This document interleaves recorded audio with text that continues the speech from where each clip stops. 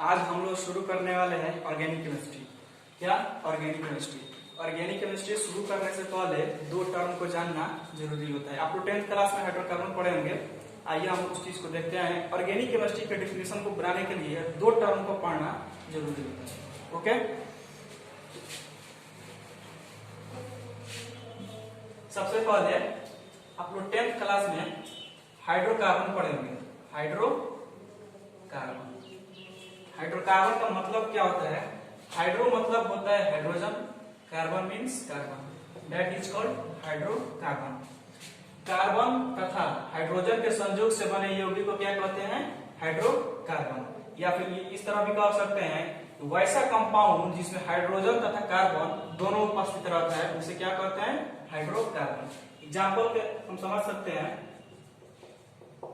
जैसे methane. Methane gas का नाम सुने होंगे CH4। इसमें क्या है? ये कार्बन है और हाइड्रोजन है। ये क्या है? हाइड्रोकार्बन है। C2H6 क्या ये हाइड्रोकार्बन है? क्यों? क्योंकि इसमें कार्बन और हाइड्रोजन है। C3H8 या क्या ये हाइड्रोकार्बन है? बिल्कुल है। क्यों? इसमें कार्बन और हाइड्रोजन दोनों उपस्थित है। क्या यह हाइड्रोकार्बन है?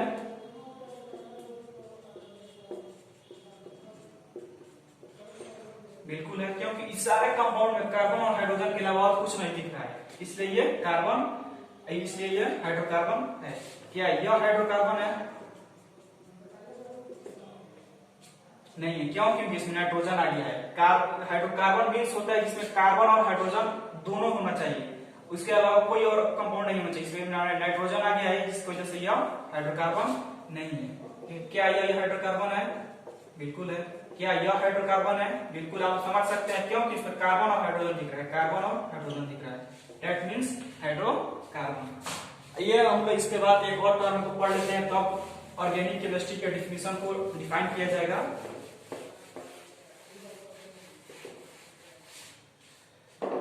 इसके बाद एक बहुत महत्वपूर्ण चीज आता है जिसको हम लोग बोलते हैं डेरिवेटिव्स। क्या बोलते हैं? डेरिवेटिव्स। अभी हम लोगों ने हाइड्रोकार्बन पढ़ा। हाइड्रोकार्बन में पहला एग्जांपल लिया था मीथेन CH4 लिया था। ओके, हाइड्रोकार्बन से हम एक हाइड्रोजन को भी स्थापित कर सकते हैं, उसमें क्लोरीन जोड़ सकते हैं। दो हाइड्रोजन को भी स्थापित कर सकते हैं, दो क्लोरीन जोड़ सकते हैं। ये CH4 है, इसमें तीन क्लोरीन को जोड़कर तीन हाइड्रोजन को भी स्थापित कर सकते हैं। इसमें चार हाइड्रोजन भी स्थापित कर सकते हैं और चार क्लोरीन जोड़ सकते हैं। इसको डिफिनीशन को आसानी से आइए बनाते हैं, आप लोग समझ सकते हैं आसानी से। ये हाइड्रोकार्बन है। इसमें से एक हाइड्रोजन H4 दिख रहा है, इसे एक हाइड्रोजन को हम भी स्थापित करते रहे और यहाँ पे एक क्लोरीन को जोड़ते रहे। ओके, तो ये क्या हो जाएगा? CH4 है तो CH3 हो जाएगा और क्लोरीन जगह हो जाएगा तो CH3Cl हो जाएगा। इसमें से हम लोग यहाँ से दो हाइड्रोजन को भी स्थापित कर देंगे तो क्या हो जाएगा? CH2 और दो क्लोरीन है तो Cl2 हो जाएगा। यहाँ से तीन हाइड्रोजन को हम लोग भी स्थापित कर देंगे तो क्या हो जाएगा? CHCl3। यहाँ से हम लोग चार हाइड्रोजन और चारों हाइड्रोजन को हम लोग स्थापित कर देंगे तो क्या हो जाएगा? चारों हाइड्रोजन तो निकल गया और कितना क्लोरीन जुड़ जाएगा? चार क्लोरीन, तो क्या हो जाएगा? CCl4। अब इस डिफिनेशन को बना सकते हैं कि हाइड्रोकार्बन से क्या है? हाइड्रोकार्बन है। हाइड्रोकार्बन से एक या एक से अधिक, एक है या एक से अधिक, एक या एक से अधिक हाइड्रोजन किसी परमाणु या ग्रुप के द्वारा विस्थापित करने पर, क्या करने पर? विस्थापित करने पर जिस नए यौगिक का निर्माण होता है, जिस यौगिक का निर्माण होता है उसे क्या कहते हैं? डेरिवेटिव्स। उसे क्या कहते हैं? डेरिवेटिव्स। आप लोग समझ सकते हैं डेरिवेटिव्स किसे कहते हैं। अब आइए आप लोग हम बताते हैं कि ऑर्गेनिक केमिस्ट्री कहते किसको है। ओके,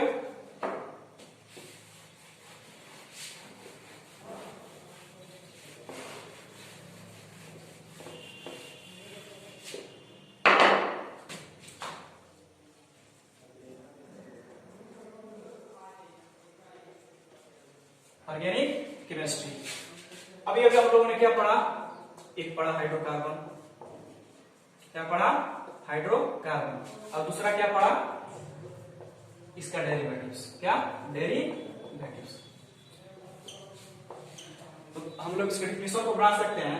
रसायन शास्त्र की वैसी महत्वपूर्ण शाखा जिसमें हाइड्रोकार्बन तथा उसके डेरिवेटिव्स का अध्ययन किया जाता है उसे क्या कहते हैं? Organic chemistry. आप लोग डिफिनेशन बना सकते हैं। रसायन शास्त्र की वैसी महत्वपूर्ण शाखा जिसमें हाइड्रोकार्बन तथा उसके डेरिवेटिव्स का अध्ययन किया जाता है उसे क्या कहते हैं? Organic chemistry. तो ऑर्गेनिक केमिस्ट्री शुरू करने से पहले आप लोगों को दो टर्म जानना जरूरी था जो अभी बताएं। फर्स्ट हाइड्रोकार्बन और सेकंड डेरिवेटिव्स। आइए हम लोग इसके बाद आगे बढ़ते हैं। ऑर्गेनिक केमिस्ट्री शुरू करेंगे लेकिन सबसे पहले इसके बाद यह जान लेते हैं कि ऑर्गेनिक कंपाउंड क्या होता है। ऑर्गेनिक केमिस्ट्री जान लेंगे किसे कहते हैं, आप जानेंगे ऑर्गेनिक कंपाउंड क्या होता है। ऑर्गेनिक कंपाउंड इसको हिंदी में क्या बोलते हैं? कार्बनिक।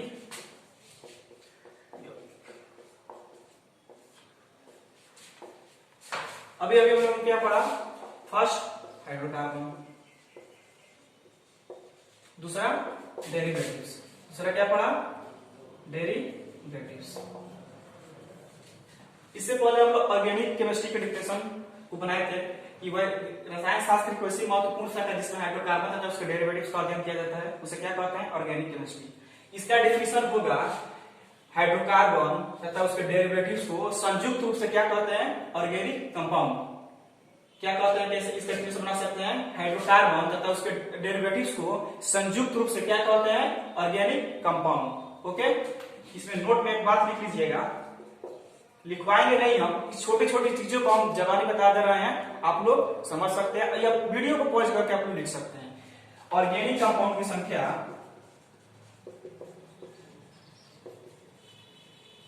आप लिख सकते हैं। ऑर्गेनिक कंपाउंड की संख्या आज 60 लाख से भी अधिक है और दिन प्रतिदिन बढ़ती ही जा रही है। ओके, ये आप लोग लिख सकते हैं। दूसरा नोट, ये पहला नोट था, नोट नंबर 2 लिख सकते हैं। ऑर्गेनिक कंपाउंड जो होता है, ऑर्गेनिक कंपाउंड का मुख्य अवयव, क्या? मुख्य अवयव, इसको इंग्लिश में बोलते हैं मेन कंपोनेंट। मुख्य अवयव क्या होता है? कार्बन होता है। मुख्य अवयव क्या होता है? कार्बन होता है। इसके अलावा हाइड्रोजन, ऑक्सीजन, सल्फर या ऑक्सीजन भाग लेते हैं। जैसे इसका एक ट्रिक है, उस ट्रिक को आप याद रख सकते हैं। इसको ऑर्गेनिक कंपाउंड का मुख्य अवयव क्या होता है? कार्बन। इसके अलावा भी और मेटल है, जैसे इसका ट्रिक है carbon, hydrogen, oxygen, nitrogen, phosphorus. Carbon organic compound का मुख्य अवयव क्या होता है? कार्बन। इसके अलावा हाइड्रोजन, ऑक्सीजन, नाइट्रोजन, फास्फोरस, और हाइड्रोजन को 2 बार लिख दिया, इसका एक ट्रिक है। और सल्फर, और इस इच का मतलब होता है हाइड्रोजन। क्या होता है? हाइड्रोजन। हाइड्रोजन मींस होता है एक्स। हाइड्रोजन मींस क्या होता है? एक्स। एक्स की जगह पर लिख सकते हैं fluorine, chlorine, bromine and iodine. ये ग्रुप 17 के तत्व हैं। एक्स की जगह पर क्या लिख सकते हैं? Fluorine, chlorine, Br, bromine and iodine. इसका ट्रिक होता है, इतना तो आप लिख सकते हैं कि कौ हो सकता है। N का मतलब होता है न, अब P का मतलब होता है प्यार, H का मतलब होता है, S का मतलब होता है सनम। कहो ना प्यार है सनम, H का मतलब हो जाएगा हमसे। आप लोग याद रख सकते हैं कि ऑर्गेनिक कंपाउंड का मुख्य अवयव क्या होता है? कार्बन। इसके अलावा ये तत्व उनमें पाया जाता है अल्प मात्रा में। ठीक है, आप लोग इस चीज को नोट कीजिए। आगे हम लोग देखते हैं।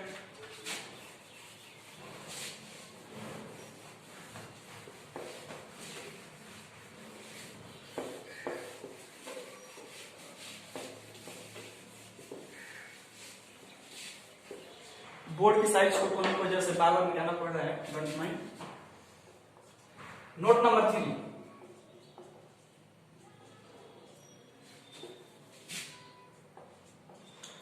ऑर्गेनिक कंपाउंड जो होता है, जैसे नोट नंबर 3 हम लोग बताते हैं, कार्बन के ऑक्साइड, कार्बन डाइऑक्साइड या कार्बन मोनोऑक्साइड हो गया, कार्बोनेट, बाइकार्बोनेट,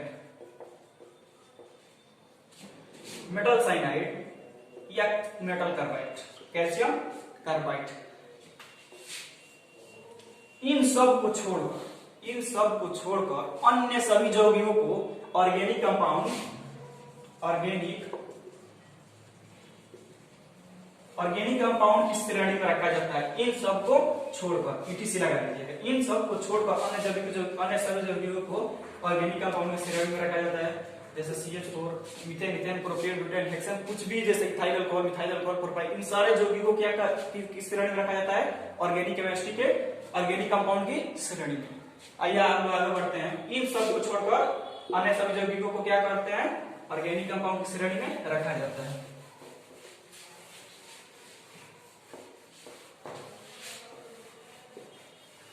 हम लोग जब से शुरू किया तब से हम ये जान रहे हैं कि ऑर्गेनिक केमिस्ट्री ये होता क्या है, इसका डिफिनेशन को भी जान लिया, ऑर्गेनिक कंपाउंड क्या होता है ये भी जान लिया। आइए अब हम लोग जानते हैं कि ये जो ऑर्गेनिक केमिस्ट्री है इसकी शुरुआत कैसे हुई। इसको लिख सकते हैं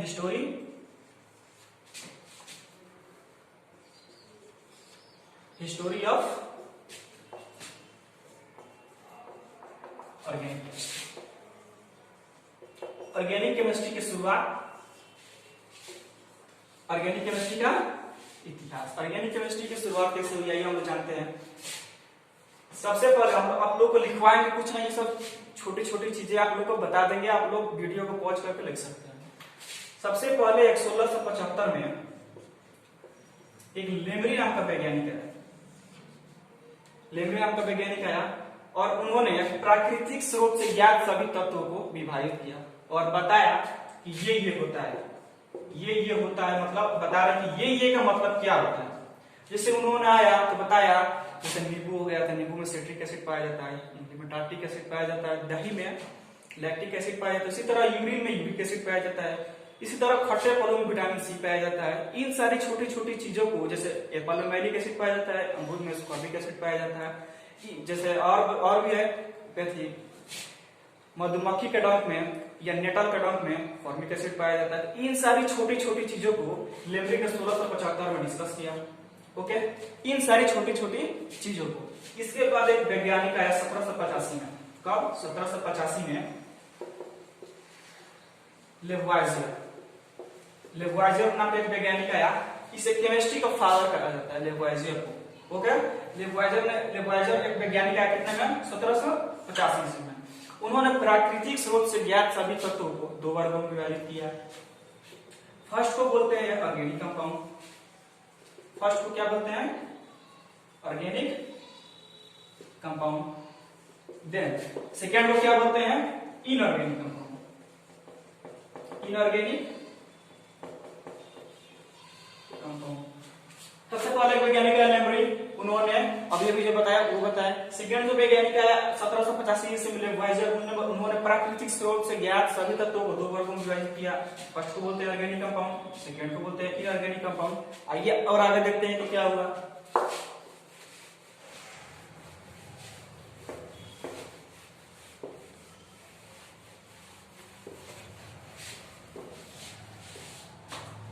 उसके बाद एक थ्योरी है, vital force theory.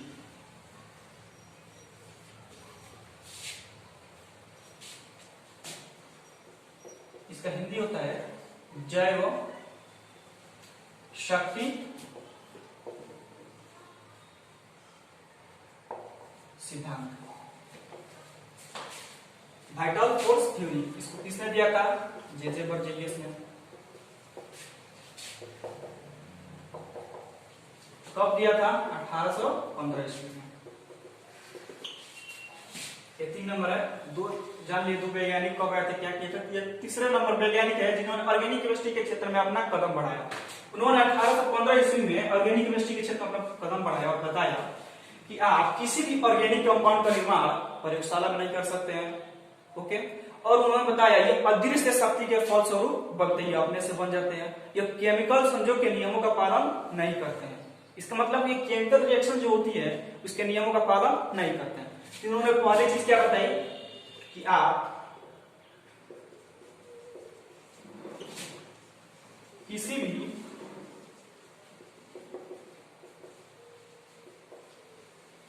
Organic compound का निर्माण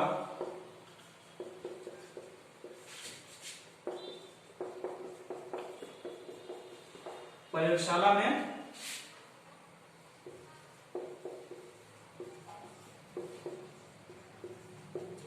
नहीं किया जा सकता है। दूसरी लाइन में बताइए कि यह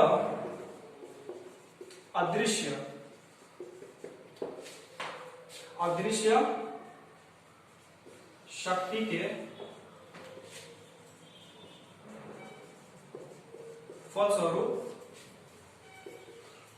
बनते हैं। तीसरी चीज उन्होंने बताई है, लिखेंगे, यह केमिकल संयोग के नियमों का पालन नहीं करते हैं। क्या बताया? ये केमिकल संयोग के नियमों का पालन नहीं करते हैं। अब राइटिंग को मत देखिएगा, मेन चीज होता है कंसेप्ट और फंडा, ये चीज समझ में आना चाहिए। बोर्ड पर राइटिंग हो या ना हो, इससे कोई मतलब नहीं है। उन्होंने तीसरी चीज क्या बताई, या किसी भी उन्होंने तीसरी चीज बताई कि केमिकल संयोग का पालन, ये केमिकल संयोग के नियमों का पालन नहीं करता है। उसके बाद एक और वैज्ञानिक है,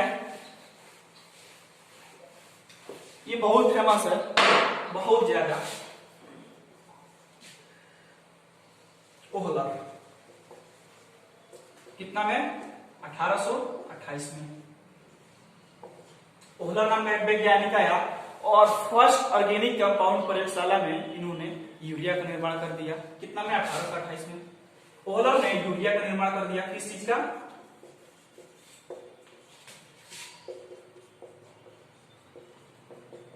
यूरिया का निर्माण कर दिया। कैसे किया? आइए आप लोग को हम बताते हैं। उन्होंने जब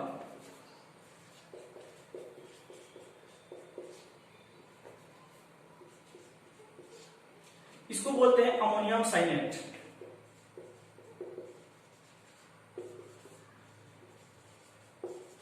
उन्होंने जब अमोनियम साइनेट को हीट किया, उन्हें एक कंपाउंड प्राप्त हुआ,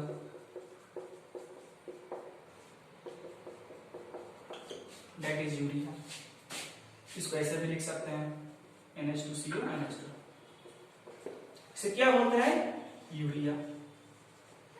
आप लोग यूरिया सुने होंगे या कहीं कहीं कार्बामेट सुने होंगे। आइए आप लोग को इसका दो और नाम बताते हैं जो कहीं कहीं लिखा होता है, जिससे ये दो नाम बहुत कम टीचरों को पता होता है। जैसे ये जो अमीन ग्रुप है, ये अगर ग्रुप या सब्स्टिट्यूएंट का काम करता है तो इसको लिखते हैं अमीनो, अमीनो लिख सकते हैं। और ये जो ग्रुप है इसको बोलते हैं अमाइड ग्रुप। अमाइड ग्रुप में एक कार्बन है, एक कार्बन के लिए हम यूज करते हैं मेथ, और अमाइड का सफिक्स होता है अमाइड, तो क्या हो जाएगा? मिथेनामाइड। इसमें अमाइड जोड़ देंगे, क्या हो जाएगा? अमीनो मिथेनामाइड। एक तो नाम ये हो गया, 3 नाम हो गया। एक नाम और लिख सकते हैं, इस अमीन को ले लिए और इतना को हम लोग अमाइड ग्रुप मान लिए, एक नाम हो गया। ये अमीनो ग्रुप ले लिए, एक और अमीनो ग्रुप है, इसको भी ले सकते हैं, तो क्या हो जाएगा? अमीनो अमीनो, 2 अमीनो हो गया। तो दो के लिए हम यूज करते हैं डाई, और अमीनो को लिख सकते हैं अमीनो, डाई अमीनो। एक कार्बन है, कीटोन का फंक्शनल ग्रुप है, कीटोन का फंक्शनल ग्रुप है, एक कार्बन है, तो एक कार्बन को यूज करते हैं मेथ, और कीटोन का सफिक्स होता है ONE, तो डाई अमीनो मिथेनॉन। मीथेन लिख, उसमें क्या जोड़ देंगे? ONE। क्या जोड़ देंगे? ONE। यूरिया कितना नाम हो गया? यूरिया, कार्बामाइड, अमीनो मिथेनामाइड के डाई अमीनो मिथेनॉल, ये सारे यूरिया के नाम है। फेमस नाम यूरिया प्रसिद्ध है। तो हम लोग इतना जान लिया ऑर्गेनिक केमिस्ट्री के क्षेत्र में। 4 नंबर वैज्ञानिक है ओहलर, उन्होंने अमोनियम साइनेट को जब गर्म किया तो यूरिया का निर्माण हुआ। इसके बाद एक और वैज्ञानिक है,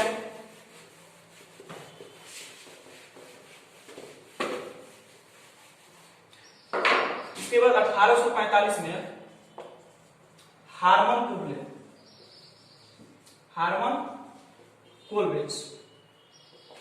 कोलवेज नाम का एक वैज्ञानिक आया।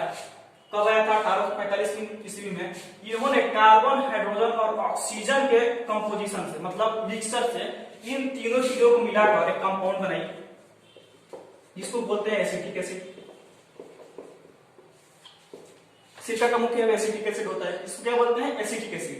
तो पहला कौन सा कंपाउंड बना प्रयोगशाला में? यूरिया। किसने बनाया था? ओहलर ने। कब बनाया था? 1828 ईस्वी में। ये डिप्लोमा तक क्वेश्चन पूछे गए कि प्रथम ऑर्गेनिक कंपाउंड किसने बनाया था? ओहलर ने बनाया था। कब बनाया था? 1828 में। और वो कंपाउंड क्या था? यूरिया था। सेकेंड ऑर्गेनिक कंपाउंड कौन बनाया गया था? Acetic acid. इसे क्या बोलते हैं? Acetic acid. इसको क्या बोलते हैं? Acetic acid. इसका आईयूपीएसी नाम होता है ethanoic acid. Second organic compound प्रयोगशाला में बनाया गया था एसिटिक एसिड। किसने बनाया था? हार्मन कोलवेज ने। इसके बाद 1856 ईस्वी में बर्थलॉट नाम का एक वैज्ञानिक आया और उसने मीथेन गैस का निर्माण कर दिया। कौन गैस? मीथेन गैस बोलो या मार्स गैस बोलो इसको, मार्स गैस। कौन गैस?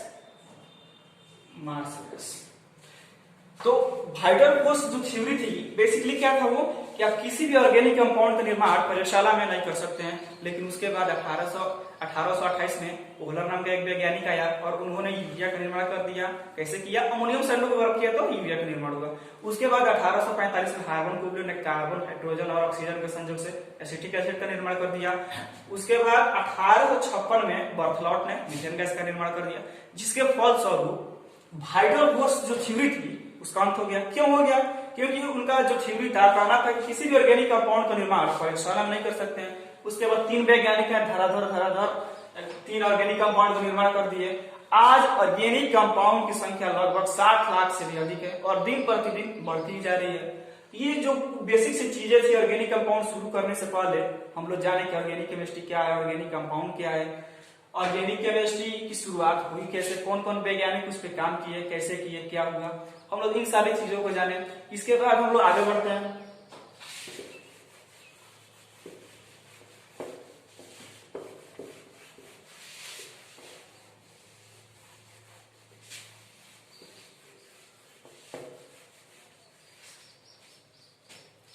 अभी अभी हम लोगों ने शुरू किया था हाइड्रोकार्बन से।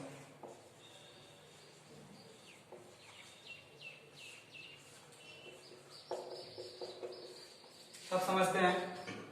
इस चीज से शुरू किया था हाइड्रोकार्बन। अब हम लोग पढ़ने जा रहे हैं टाइप्स ऑफ हाइड्रोकार्बन। क्या? Types of hydrocarbon. हाइड्रोकार्बन के प्रकार। ये बेसिकली 2 प्रकार का होता है। फर्स्ट को बोलते हैं सैचुरेटेड हाइड्रोकार्बन,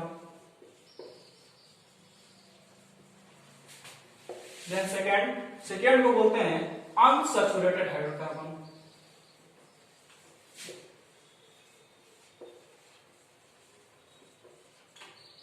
फर्स्ट क्या बोलते हैं? सैचुरेटेड हाइड्रोकार्बन और सेकेंड क्या बोलते हैं? Unsaturated hydrocarbon. इसको हिंदी में बोलते हैं संतृप्त हाइड्रोकार्बन, इसको असंतृप्त हाइड्रोकार्बन। ये होता क्या है आइए हम बताते हैं आप लोगों को। सिंपल सी डिफिनेशन है सैचुरेटेड हाइड्रोकार्बन और अनसैचुरेटेड हाइड्रोकार्बन। हाइड्रोकार्बन हम लोगों ने पढ़ा, इसको कहते हैं जिसमें कार्बन और हाइड्रोजन दोनों होना चाहिए, वही हाइड्रोकार्बन कहलाता है। इसके अलावा कोई और कंपाउंड नहीं होना चाहिए, इसको क्या कहेंगे? हाइड्रोकार्बन। ओके, ये हाइड्रोकार्बन हो गया। अब सैचुरेटेड हाइड्रोकार्बन किसे कहते हैं और अनसैचुरेटेड हाइड्रोकार्बन किसे कहते हैं आइए आप लोग बताते हैं। सबसे पहले ये हाइड्रोकार्बन है, इसका स्ट्रक्चर ये होता है, या फिर ये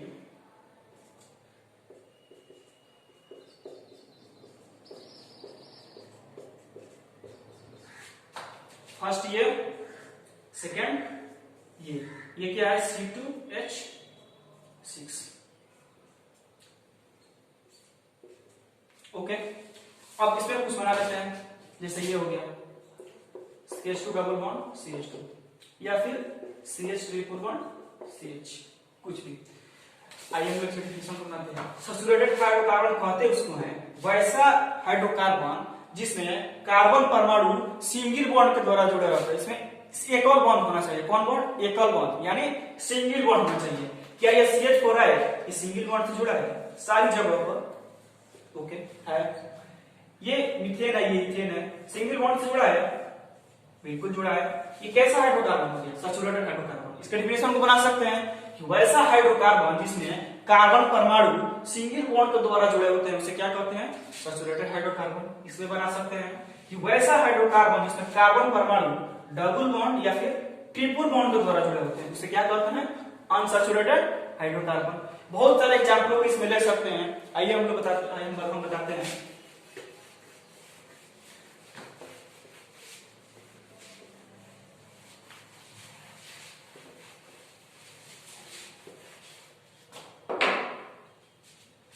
जैसे आप लोग बताइए कौन कैसा हाइड्रोकार्बन है?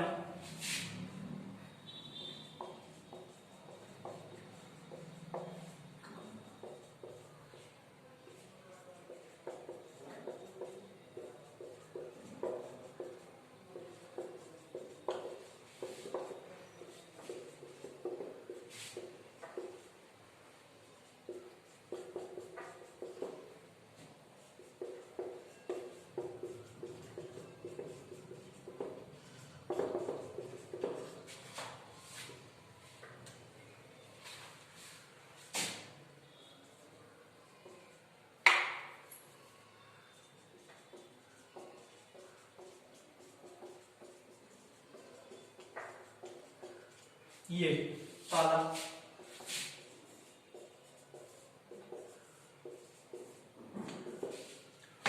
इसमें देख रहे हैं कि जो हाइड्रोकार्बन है, ये तो सबसे पहले एक हाइड्रोकार्बन, उसके बाद सैचुरेटेड होगा और अनसैचुरेटेड होगा। हाइड्रोकार्बन इसमें देख रहे हैं सारे जो बॉन्ड है वो सिंगल बॉन्ड के द्वारा जुड़े होते हैं। तो हमने अभी आप लोगों को बताया सैचुरेटेड हाइड्रोकार्बन कहते हैं किसमें, वैसा हाइड्रोकार्बन जिसमें कार्बन परमाणु सिंगल बॉन्ड के द्वारा जुड़े होते हैं, सिंगल बॉन्ड के द्वारा जुड़ा है सब। ये कैसा हाइड्रोकार्बन है, सैचुरेटेड हाइड्रोकार्बन। ये भी कैसा हाइड्रोकार्बन है, सिंगल बॉन्ड से सैचुरेटेड हाइड्रोकार्बन। इसमें देख रहे हैं कि डबल बॉन्ड है, ये कैसा हो जाएगा, अनसैचुरेटेड हाइड्रोकार्बन। कैसा हो जाएगा, unsaturated hydrocarbon. Unsaturated hydrocarbon double bond हो सकता है और ट्रिपल बॉन्ड हो सकता है, लेकिन सैचुरेटेड हाइड्रोकार्बन में सिंगल बॉन्ड होना चाहिए, शर्त है। ओके, इसमें क्या है, डबल बॉन्ड, ये कैसा हो जाएगा, अनसैचुरेटेड हाइड्रोकार्बन। इसमें क्या है, ट्रिपल बॉन्ड, ये कैसा हो जाएगा, अनसैचुरेटेड हाइड्रोकार्बन। और ये कंपाउंड है, इसमें क्या है, single bond single bond single bond single bond. ये हाइड्रोजन को आप फैलाएंगे तो अभी सिंगल बॉन्ड के द्वारा हो जाएगा। ओके, ये कैसा हाइड्रोकार्बन है, सैचुरेटेड हाइड्रोकार्बन। आइए इस पे हम लोग कुछ क्वेश्चन को करते हैं। ये फंडा आप लोग क्लियर हो गया होगा। कॉन्सेप्ट का मतलब यही होता है कि उसको खोल कर बताओ, पूरा खोल कर।